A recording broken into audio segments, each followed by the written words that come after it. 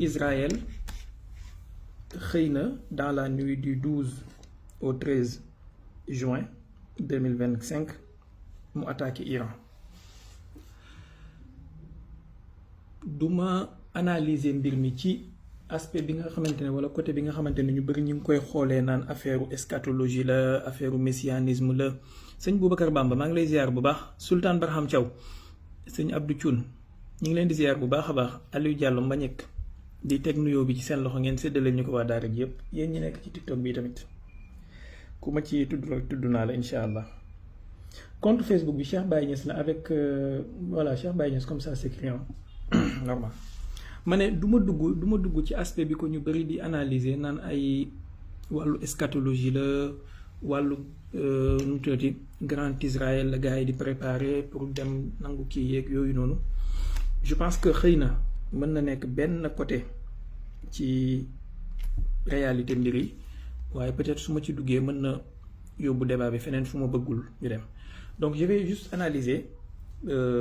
pour l'instant wala pour aujourd'hui politiquement et stratégiquement, militairement, opérationnellement, comment les choses se passent, et comment les choses se sont passées dans la nuit du 12 au 13, et quels risques opérationnels et militaires les courir. Voilà. Après, d'autres jours, nous allons ci affaire julit ñi nangam eschatologie Messie Mahdi yooyu noonu incha allah. Premièrement mooy Israël dafa yàgg bëgg attaquer Iran commencé wu ko tey ça fait des décennies et des décennies parce que bëggul un rival stratégique bu am puissance militaire autonome ci région boobu noonu bu koy mën a tenir tête am na ay puissance militaire yu nekk ci région bi lu mel ni Turquie lu mel ni Égypte mais ñoom ñëpp seen puissance daanaka dafa nekk ci ron puissance américaine donc il ne représente pas une menace réelle pour Israël en quelque sorte maintenant Iran rek moom moo nekkoon benn force bu autonome boo xamante ne sérieusement mën na représenter menace Israël attaqué na ko naka la ko attaqué d'abord contrairement ak lu ñu bëri di wax naan Arabie Saoudite moom moo ubbi espace aérien wam Israël jaar ci donc les Saoudiens nangam vous savez que man les Saoudiens sont pas ma tasse de thé réellement mais quand il s'agit de dire la vérité il faut juste dire la vérité et s'en arrêter là quand même Israël suy attaqué Iran soxlawul di jaar ci kaw Arabie Saoudite bu ngeen xoolee carte bi soxlawul géographiquement di traverser Arabie Saoudite am na ñaari yoon yu mën a jaar benn bi mooy ci kaw Jordanie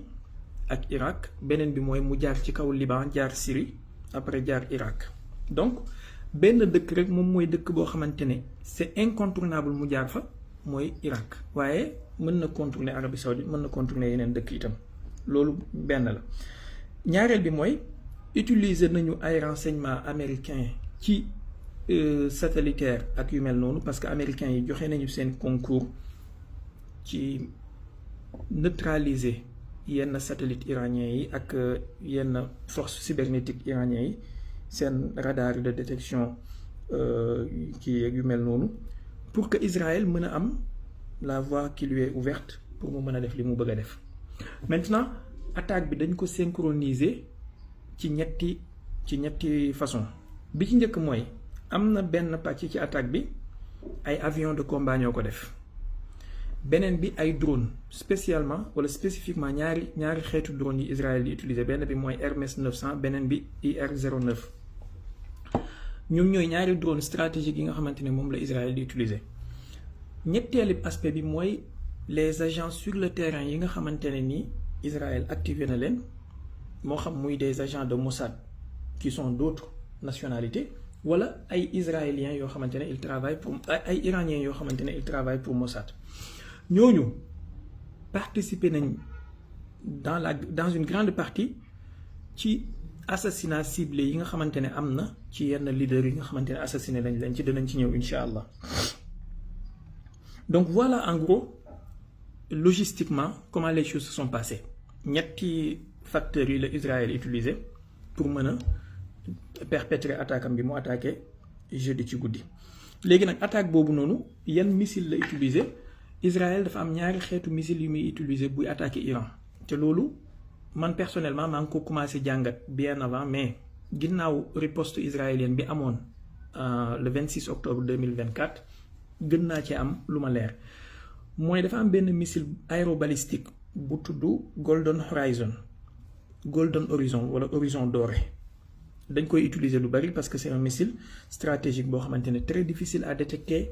et très pointu, très précis, très puissant aussi. Donc danañ koy utiliser suñu amee problème ak Iran ñaareel bi mooy dafay utiliser ay missiles de croisière surtout am na ci benn bu tudd brise-glace icebreak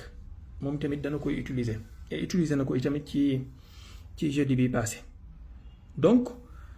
yeneen yi ay drone la yuy am ay missiles portatifs wala ay kii bombe de kii et tout wala ay drone de kamikaze comme quadcopter yeeg yooyu noonu danañ ci ñëw incha allah. Voilà un peu logistiquement comment Israël a pu pénétrer territoire iranien bi. Maintenant comme ni ma ko waxee sànq américains yi joué nañ seen partition ci neutraliser radaru iranien yi ak yu mel noonu léegi missiles yi nekkoon sur le terrain drone yi nekkoon sur le terrain les quadcopters avec les agents infiltrés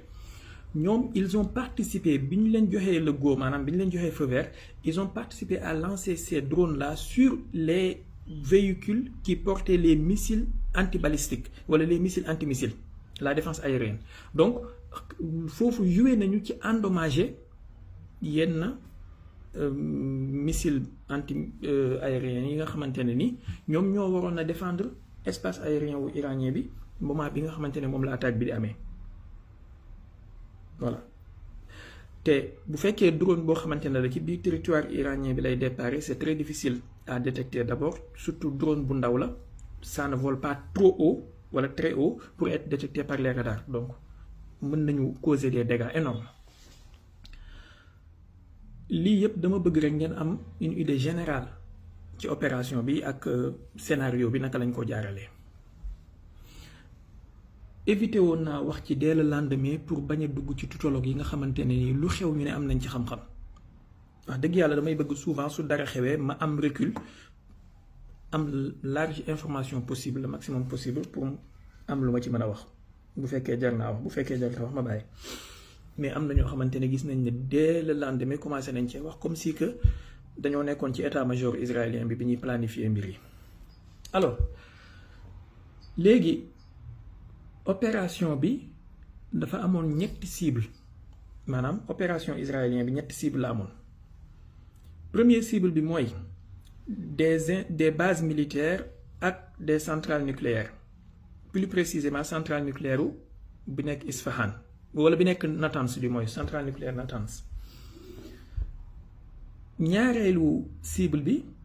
mooy les personnalités maanaam les hauts commandants militaires les généraux ak dinañ ci ñëw ñi nga xamante ne éliminé nañ leen ci le haut commandement pour benn attaque de décapitation loolu moo nekkoon seen objectif ñetteelu cible bi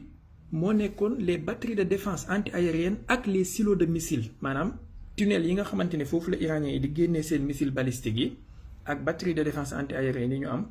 ñu neutraliser leen ba nga xamante ne danañ endommager la sortie des tunnels pour que Iran du mën a riposter parce que balaa ngay sànni missile il faut d'abord nga génnee missile bi ci tunnel bi mu nekk d'abord voilà donc ce sont là lii moo nekkoon les trois cibles yi nga xamante ne ni Israël amoon na ko comme objectif pour neutraliser Iran complètement bon am na quatrième cible boo xam ne boobu américains yi ñoom ñoo ko takalluf ci def ko te moom mooy li ma leen wax ci neutraliser radar yi ak satellite yeeg satellite de détection yeeg yu mel noonu maintenant cible bu njëkk bi muy centrale nucléaire wu Natanz bi ak les bases militaires boobu ay missiles aérobalistiques Golden Horizon bi ma leen wax nii wala Golden Horizon yooyu ñoom ñoo takkallufoon ci attaquer leen yooyu ñoom ñoo leen waroon a attaquer c'était leur job ñaareelu cible bi muy le haut commandement militaire boobu agent infiltré sur le terrain bi ñoom la ñu chargé woon ñoom ñoo leen waroon a liquider parce qu'il fallait d'abord localiser les gens, il fallait xam bu dee lieu de réunion lañ nekk wala bu dee chez eux lañ nekk à la maison, il fallait des attaques ciblées et des attaques de précision. ñetteelu cible bi mooy les silos à missiles ak yu mel noonu boobu des drones Hermès 900 bi ma wax ni ak les missiles de croisière brise-glace mooy iceberg bi ñoom ñoo leen waroon attaqué li moo nekkoon seen planification opérationnelle. Alors ils ont réussi en partie et ils ont échoué quelque part. fan la ñu réussir mooy réussir nañ ci éliminer ay commandants militaires yoo xamante ne ils étaient de haut gradé te c'est une grosse perte. ki ci njëkk mooy Hussein Salami bi nga xamante ne moom moo nekkoon commandant des gardiens de la révolution. ñaareel bi mooy Mohammad Baqiri mi nga xamante ne moo nekkoon chef d'état-major général des armées. En fait Iran pour ngeen comprendre Iran dafa am ñetti composants militaires benn bi mën nga ko tuddee genre paramilitaire la en fait benn composant bi mooy l'armée régulière bi réew bu yépp di am composé marine force aérienne ak armée de terre. beneen composant bi mooy les forces des gardiens de la révolution c'est une armée tout entière à part entière moom tamit am na marine am na force aérienne am na force aérospatiale qui sont qui s'occupent des missiles balistiques et missiles de croisière ak lancement de satellites ak yooyu noonu. ñetteeli force bi mooy li ñuy tuddee les basij benn genre police la mais paramilitaire en fait comme ASP bi fi Macky Sall instauré woon mais d'une manière beaucoup plus forte et beaucoup plus armée. Ils sont souvent chargés du contre-espionnage, détection des cellules dormantes ak yu mel noonu ak kii yenn réseaux yi nii di kii yenn réseaux yi voilà mooy les basij. yaakaar naa seen nombre ça doit être des dizaines de milliers su ma juumul. alors ma ne kon rey nañu Mohamed Baqiri muy chef d'état-major général des armées maanaam l'armée régulière rey nañu Hussein Salami bi nga xamante ne moom moo nekkoon chef des gardiens de la révolution qui est une armée entièrement à part à part entière. rey nañu itamit koo xamante ne sérieusement lii wax naa ko ci ay live TikTok et tout jàpp naa ne perte ko comme perte Hassan Nasrallah la wala Qasim Soleimani. Sérieusement c'est une grosse perte. mu ngi tudd Amir Ali Hajizada. C'était quelqu'un d'effacé ñu bëri xamuñu ko woon moom moo nekkoon le commandant des forces aérospatiales dans le corps des gardiens de la révolution. maanaam li ngeen di dégg ci ay missiles hypersoniques Fatah 2 Fatah 1 nangam lépp c'était le travail de Hajizada boobu noonu. C'est une grosse perte sérieusement c'est une grosse perte. yàlla mën naa jàng lu nekk yàlla mën na remplacer lu nekk mais sérieusement pour l'Iran dam-damu bu rëy la ñu perte Hajizada voilà ce n'est pas moins que perte Hassan Nasrallah wala perte Qasim Soleimani.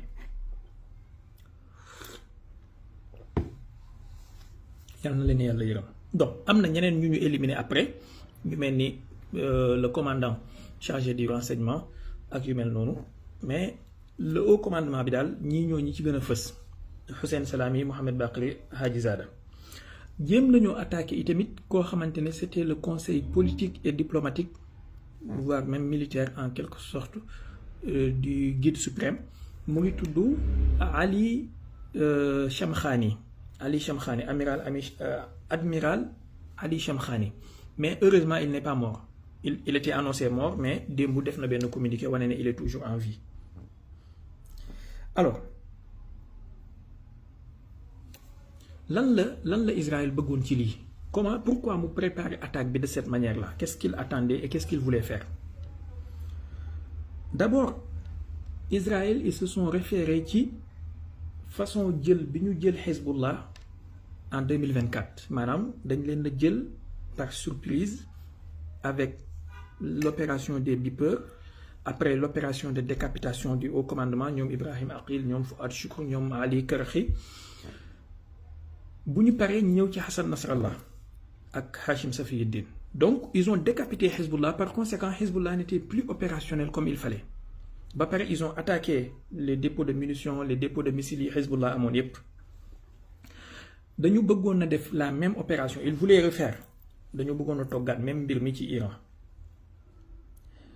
Bon, ils ont commis 3 erreurs stratégiques. Je vais vous l'expliquer. Mais pour l'instant, sachez que lii la ñu bëggoon a def en fait. Maintenant, première erreur stratégique bi fu mu nekk mooy ñoom ils s'attendaient pas à ce que Iran tontu bu gaaw dañu foogoon ne suñu attaqué Iran balaa muy répondre dina jël temps parce que loolu la leen seen expérience ak Iran may depuis 2024 à chaque fois ñu def benn affaire contre Iran benn provocation Iran dafay jël temps léeg-léeg ay jours léeg-léeg ay semaines balaa muy tontu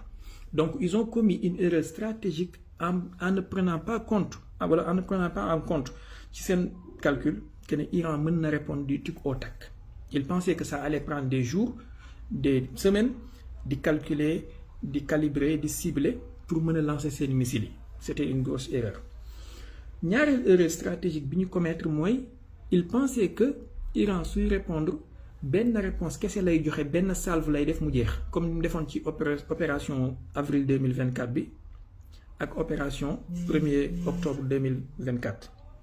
Ils ne s'attendaient pas à ce que Iran defal leen réponse par tranche bii nii xaaruñ ko woon. ñetteeli erreur de calcul bi itam mooy il pensait que suñu décapiter le haut commandement Iran dafay paralyser wu voire mu nekk en chaos debout balaa muy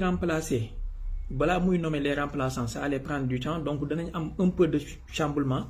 ci diggante boobu ñu profitoo ci américains yi dugg dans la guerre ñu jeexal liggéey bi quoi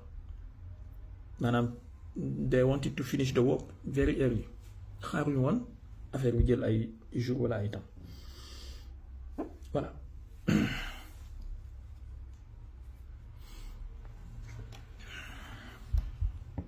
Alors maintenant lii mooy li xew de façon générale maintenant côté Iran ils ont bien fait ci benn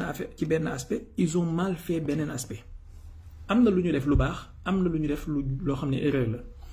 li ñu def loo xam ne erreur la te mu njëkk mooy bu Israël demee ba ñemee leen na attaqué en 2025 c'est parce que y avait des précédents ñu waroon na répondre avec force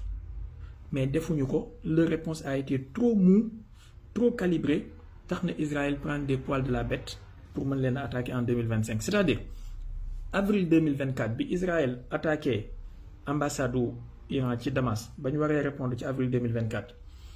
ak octobre 2024 bi Israël rayé Hassan Nasrallah ak Ismaël Haniyeh bi Iran waree répondre si la main était trop lourde konoon Israël bu ñemee maanaam ça allait dissuader Israël pour mu attaquer waat Iran en 2025 mais c'était pas trop lourd c'était trop calibré trop calculé ce qui a donné plus d'appétit ci Israël mu jàpp ne il peut juste finir Iran en un coup de bâton. ñaareel bi te jàpp naa ne loolu moom lu baax la mooy le fait que ñu répondre très vite maanaam moins de 24 heures après et puis tamit ñu calibrer seen réponse de sorte que ils n'ont pas balancé 2000 missiles à la fois wala 3000 missiles mais ils ont balancé des salves de 100 de 150 de 30 de 20 de y a même barki démb benn moment boo xam ne 3 missiles la ñu envoyé léeg-léeg 7 léeg-léeg 10 ak yu mel noonu maanaam le fait que ñu transitionner seen réponse c'est une bonne stratégie. Maintenant lu waral stratégie boobu lu ko waral mooy Amir Ali Hajizada bii ma wax nii ne moom la ñu rey il avait programmé l'opération True Promise 3 depuis bi Israël attaqué Iran le 26 octobre 2024 mais planification la woon rek c'était pas destiné à être appliqué sur le champ. Alors planification bi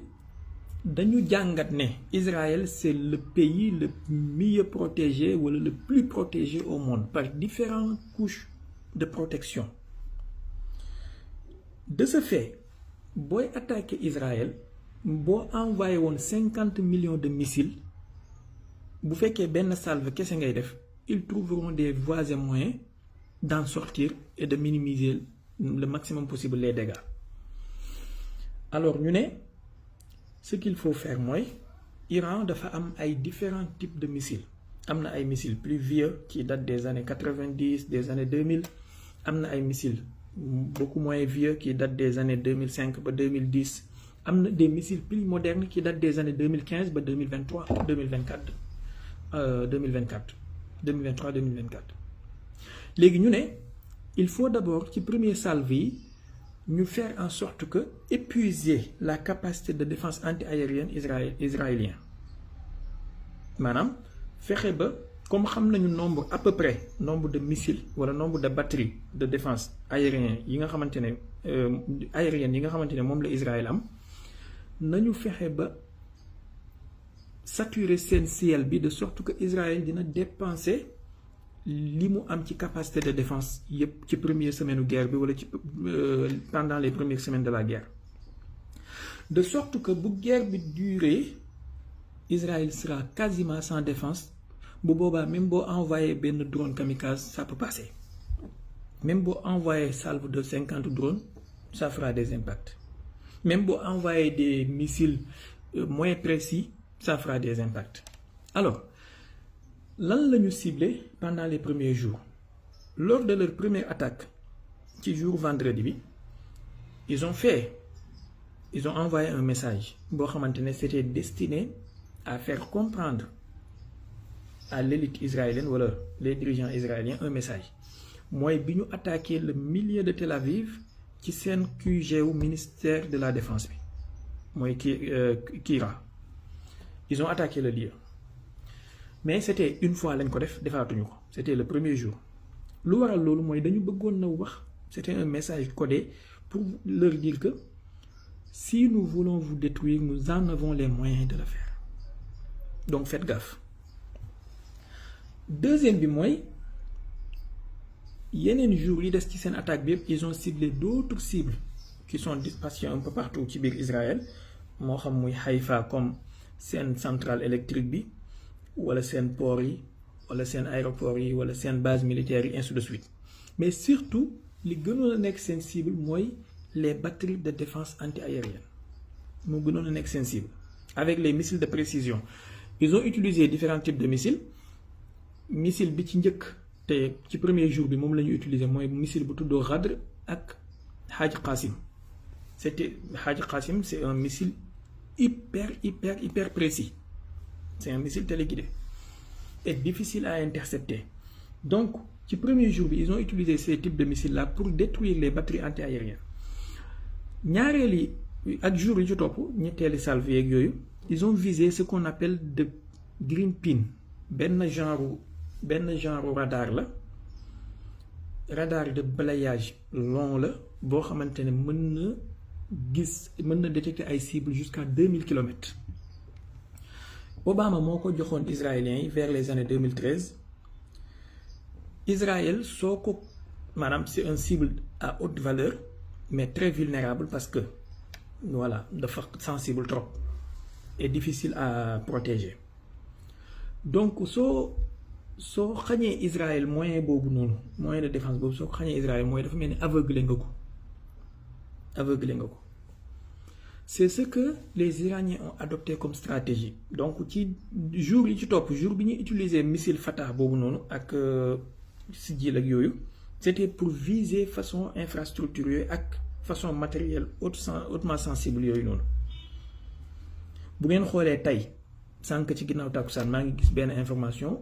boo xam ne communiqué la bu gardien de la révolution yi def ci biir communiqué bi ñu ngi ciy wax ne bépp réew buy fournir Israël ay radar à nouveau tu peux être ciblé. Qu'est-ce que cela veut dire? Cela veut dire que Israël maintenant radaram yi gën a sophistiqués sont hautement endommagés. Regardez, je vous donne juste un exemple. Pendant les premiers jours de la guerre, Israël amoon na capacité de détecter lancement au missile 30 minutes avant que les missiles soient lancés. Plus que jour yi di dem nombre de minutes yi di wàññeeku ñu dem ba léegi Israël souvent day détecter missiles yi juste 10 minutes avant donc 20 minutes wàññeeku na. Qu'est-ce que cela veut dire? Cela veut dire que radar yi la doon permettre ngay détecter missiles yi 30 minutes avant peut-être ils ont été endommagés. Dem nañ ba léegi Israël 7 minutes lay am avant maanaam il détecte les lancements 7 minutes avant donc 3 minutes de plus wàññeeku na ci. dem nañ ba sax am na yenn drone yuy infiltrer territoire israélien bi sans pour autant ñu am alerte. Alors Israël c'est un pays très vulnérable dëgg la il est hyper protégé par différentes couches ak tamit les installations américaines yi nekk tout autour de la région mais ci biir territoire israélien bi ci boppam rek couche de défense yi fa nekk commencé ko ci seen dôme de fer bi nga xam ne c'est destiné à lutter contre les roquettes et les petits drones jaar ko ci seen la fronde de David bi nga xamante ne c'est destiné à lutter contre les missiles balistiques à courte portée ak les missiles de croisière ak les drones stratégiques ñetteel bi le système Patriot Pac 3 bi nga xamante ne c'est destiné c'est un système américain mais Israël en est doté bi nga xamante ne c'est destiné à lutter contre les avions de combat les missiles ak le système bi gën a sophistiqué ci seen système yi ñu am wala ñaari système yi gën a sophistiqué te moom mooy le système Arrow 3 ak le système THAAD bu américain yi. Alors maintenant boo xoolee Wall Street Journal boo xoolee Jerusalem Post boo xoolee journaux yu bëri ñu ngi lay wax ne Israël mu ngi waaj a nekk ci pénurie de missiles Arrow parce que li ñu amoon yépp ci ay batterie moo xam muy fronde de David bi moo xam muy dôme de fer bi moo xam muy Arrow bi c'était estimé à peu près pas avec exactitude mais à peu près c'était estimé à 1100 et quelques missiles 1100 et quelques et seen doctrine bi pour chaque missile iranien il faut lancer minimum 2 à 3 missiles intercepteurs pour maximiser la chance d'interception pour chaque missile. Donc saa bu Iran lancer benn missile Israël doit lancer 2 à 3 missiles pour maximiser les chances d'interception. Alors vous faites le calcul vous voyez que ils peuvent être en pénurie bu fekkee Iran continue na ci salve yi nga xamante ne moom la nekk di def de petites portions. Alors maintenant bu commencé nekk ci pénurie de missiles anti-aériens mooy ne stratégiquement mu ngi commencé di vulnérable moo tax bu ngeen xoolee depuis démb xaw ma barki démb ci guddi sax laay wax ak démb ak tey cadence su tir yi commencé naa wàññeeku cadence su tir israélien yi commencé naa wàññeeku attaques yi ñu daan def biir Iran commencé na wàññeeku donc leur attaque maintenant lu ci ëpp ay voitures piégées moo koy def ak ay drone quadcopter voilà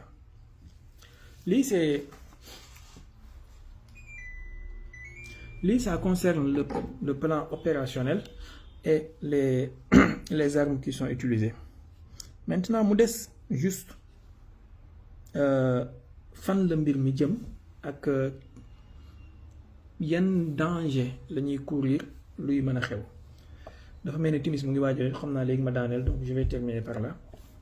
peut-être ñu bàyyi ba beneen yoon incha allah bi ci njëkk mooy da ngay dégg ñu bari fi mu toll nii ñu ngi tiit bay kii suba la guerre mondiale gannaaw suba la àdduna bi di tàkk sincèrement man j'y crois pas dëgg la mbir mi mën na dem très loin et de manière très dangereuse mais pas aussi rapidement comme ni ñu koy xalaatee que ne ça va être des jeux d'alliance Russie daf ciy dugg Chine dugg ci Corée du Nord ñëw Amérique ñëw occidentaux yi ñëw affaire bi tàkk suba mu jeex non pour le moment man jàpp naa ne 4 ba 5 issue moom moo mën a am ci guerre bi 4 ba 5 issue te benn bu nekk nag am na degré de plausibilité de possibilité pour mu am bi ci njëkk mooy ñiy xalaat ne suba la guerre mondiale bi di am wala bon je dis suba la mais ñi xalaat ne déjà guerre mondiale dafay tàmbali parce que Amérique daf ciy dugg Russie daf ciy dugg Chine daf ciy dugg mën na am mais pour man hypothèse la boo xamante ne très lointain voire trop faible pour mu am mais ça peut arriver donc soo koy crédité man j'aurais donné ça à 5%, pas plus que ça. 5% de chance pour que ça arrive. Donc il faut garder la tête froide. Hein. Ça peut aller trop dangereusement, mais il faut garder la tête froide. C'est pas pour demain. Et dafa am ay facteurs yu bari yu tax man ma am position boobu depuis presque une semaine bi affaire bi départ ba léegi. Beneen bi mooy te c'est plausible pour moi mooy Israël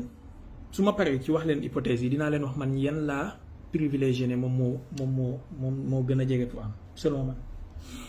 Beneen bi mooy Israël nekk à court de défense dem ba dôme de fer bi nekk rideau Maïga et que mu épuiser ses forces yépp, ses forces d'attaque et ses forces de défense.